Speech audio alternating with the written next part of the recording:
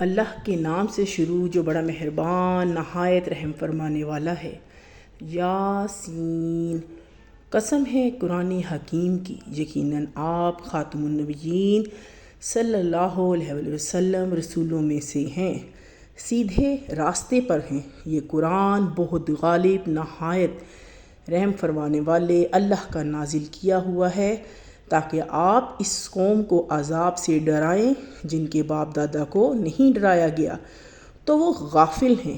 ان میں سے اکثر پر عذاب کا فیصلہ ہو چکا ہے، لہٰذا وہ ایمان نہیں لائیں گے۔ بے شک ہم نے ان کی گردنوں میں طوق ڈال دیے ہیں جو ان کی تھوڑیوں تک پہنچے ہوئے ہیں، تو وہ سر اوپر اٹھائے ہوئے ہیں، اور ہم نے بنا دی ان کے آگے ایک دیوار اور ان کے پیچھے بھی ایک دیوار، پھر ہم نے انہیں ڈھانپ دیا ہے تو وہ کچھ نہیں دیکھ سکتے۔ اور ان پر برابر ہے خواہ آپ انہیں ڈرائیں یا انہیں نہ ڈرائیں، وہ ایمان نہیں لائیں گے۔ آپ تو صرف اسی کو ڈرا سکتے ہیں جو نصیحت کی پیروی کرے اور رحمان سے بغیر دیکھے ڈرے، تو آپ اسے خوشخبری دے دیجئے مغفرت کی اور عزت والے اجر کی۔ بے شک ہم ہی مردوں کو زندہ کریں گے، اور ہم سب لکھ رہے ہیں جو اعمال انہوں نے آگے بھیجے اور جو انہوں نے پیچھے چھوڑے، اور ہم نے ہر چیز کا واضح کتاب لوح محفوظ میں احاطہ کر رکھا ہے۔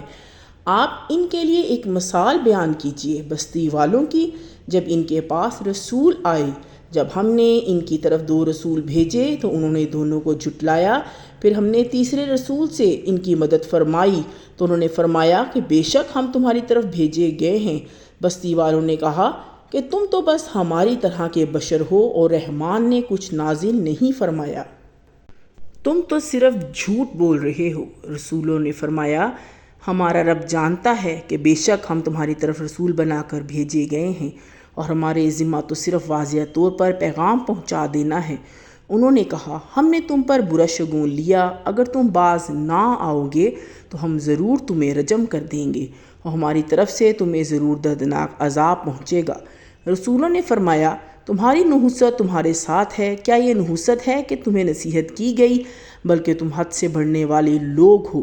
اور شہر کے آخری کنارے سے ایک شخص دوڑتا ہوا آیا، اس نے کہا اے میری قوم، تم رسولوں کی پیروی کرو، ان کی پیروی کرو جو تم سے کوئی اجر نہیں مانگتے اور وہ ہدایت یافتہ ہیں، اور مجھے کیا ہے کہ میں ان کی عبادت نہ کروں جس نے مجھے پیدا فرمایا، اور اسی کی طرف تم سب واپس کیے جاؤ گے۔ کیا میں اس اللہ کے سوا ایسے معبود بنا لوں کہ اگر رحمان مجھے کوئی تکلیف پہنچانا چاہے تو ان کی شفاعت میرے کسی کام نہ آئے گی اور نہ وہ مجھے بچا سکیں گے؟ یقیناً میں تو اس وقت واضح گمراہی میں ہی جاؤں گا۔ بے شک میں تو تمہارے رب پر ایمان لے آیا، تو تم سب میری بات سن لو۔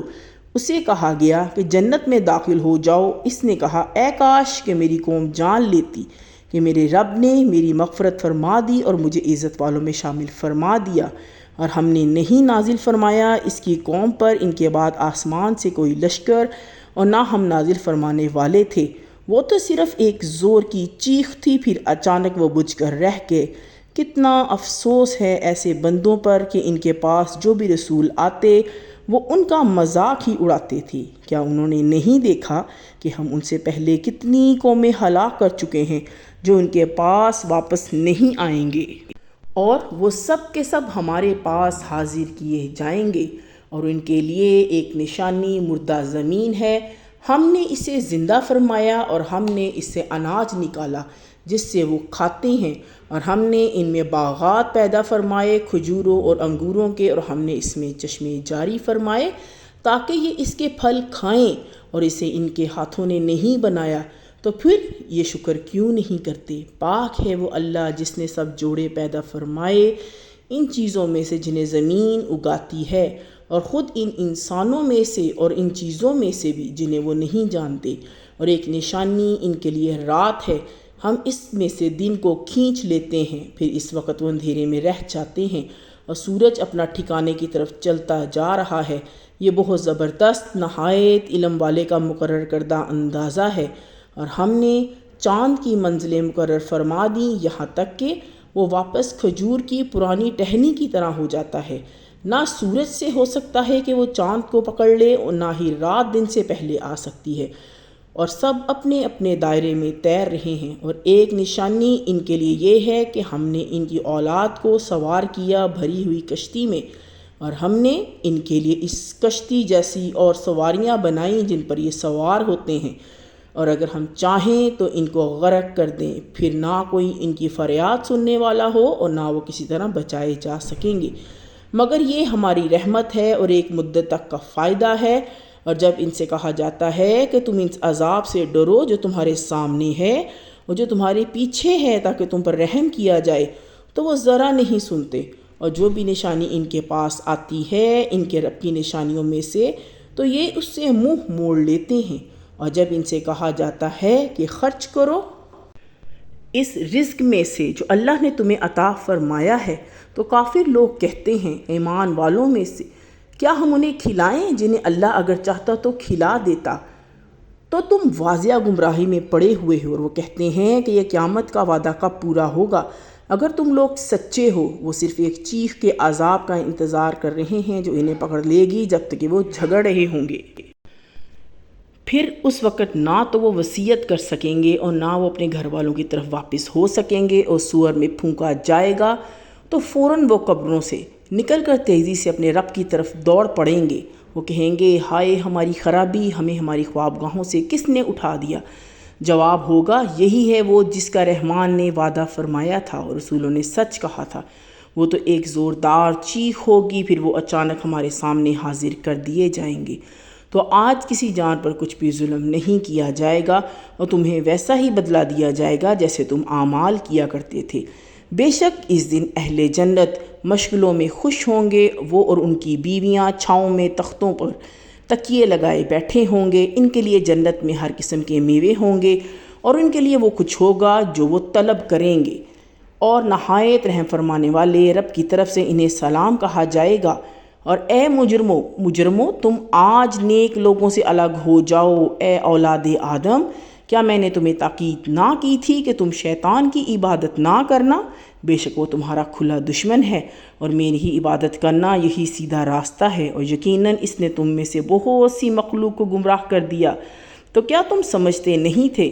یہی وہ جہنم ہے جس کا تم سے وعدہ کیا جاتا تھا۔ آج اس جہنم میں جھلس جاؤ اس وجہ سے جو تم کفر کیا کرتے تھے۔ آج ہم نے ان کے منہوں پر مہر لگا دیں گے، اور ان کے ہاتھ ہم سے باتیں کریں گے، اور ان کے پاؤں اس کی گواہی دیں گے جو وہ کچھ کیا کرتے تھے۔ اور اگر ہم چاہتے تو یقیناً ان کی آنکھیں مٹا دیتے، پھر یہ راستہ کی طرف دوڑتے پھرتے تو وہ کیسے دیکھ سکتے تھے؟ اگر ہم چاہتے تو یقیناً ان کی جگہوں پر ہی ان کی صورتیں بدل دیتے، پھر نہ یہ آگے چل سکتے تھے نہ ہی پیچھے جا سکتے تھے۔ اور جسے ہم بڑی عمر دیتے ہیں اسے بناوٹ میں بچپنے کی طرف الٹ دیتے ہیں، پھر بھی کیا وہ نہیں سمجھتے؟ ہم نے انہیں نبی کریم خاتم النبیین صلی اللہ علیہ وسلم کو شعر نہیں سکھائے، اور نہ ان کی شان کے لائق ہے، وہ تو صرف ایک نصیحت اور واضح قرآن ہے تاکہ وہ اس شخص کو ڈرائیں جو زندہ ہو اور کافروں پر بات ثابت ہو جائے۔ کیا وہ نہیں دیکھتے کہ بے شک ہم نے ان کے لیے پیدا کیے مویشی جن کو ہم نے اپنے دست قدرت سے بنایا، پھر وہ ان کے مالک بنے ہوئے ہیں، اور ہم نے ان مویشیوں کو ان کے تابع کیا، پھر ان میں سے کچھ تو ان کی سواریاں ہیں اور ان میں سے بعض کے گوشت کو وہ کھاتے ہیں، اور ان کے لیے ان میں کئی فائدے ہیں اور پینے کی چیزیں بھی، پھر بھی کیا وہ شکر نہیں کرتے؟ انہوں نے اللہ کے سوا دوسرے معبود بنا لیے ہیں، شاید کہ ان کی مدد کی جائے، وہ ان کی مدد نہیں کر سکتے۔ یہ ان معبودوں کے ایسے لشکر ہیں جو خود بھی اللہ کے سامنے حاضر کیے جائیں گے۔ تو ان کی ان باتیں آپ خاتم النبیین صلی اللہ علیہ وسلم کو غمگین نہ کریں، بے شک ہم جانتے ہیں کہ جو وہ چھپاتے ہیں اور جو وہ ظاہر کرتے ہیں۔ کیا انسان نے نہیں دیکھا کہ بے شک ہم نے اسے نطفے سے پیدا فرمایا، پھر وہ کھلم جگڑالو بن گیا، ہمارے لیے مسالے بیان کرنے لگا اور اپنی پیدائش کو بھول گیا۔ انہوں نے کہا ہڈیوں کو کون زندہ کرے گا جبکہ وہ بوسیدہ ہو چکی ہوں گی؟ آپ فرما دیجئے انہیں وہی زندہ فرمائے گا جس نے انہیں پہلی بار پیدا فرمایا، اور وہ ہر طرح کا پیدا فرمانا خوب جانتا ہے۔ وہی ہے جس نے تمہارے لیے سبز درخت سے آگ پیدا فرمائی، پھر تم اس سے آگ جلاتے ہو، کیا وہ جس نے آسمانوں اور زمینوں کو پیدا فرمایا اس بات پر قادر نہیں کہ ان جیسے دوبارہ پیدا فرما دے؟ کیوں نہیں، وہ بہترین پیدا فرمانے والا ہے، خوب جاننے والا ہے۔ اس کی شان تو یہ ہے کہ جب وہ کسی چیز کا ارادہ کرتا ہے تو اسے اتنا ہی فرماتا ہے کہ ہو جا، تو وہ ہو جاتی ہے۔ فسبحان الذی بیدہ ملکوت کل شیء والیہ ترجعون۔ تو پاک ہے وہ ذات جس کی دست قدرت میں ہر چیز کی حکومت ہے، اور اسی کی طرف تم سب واپس کیے جاؤ گے۔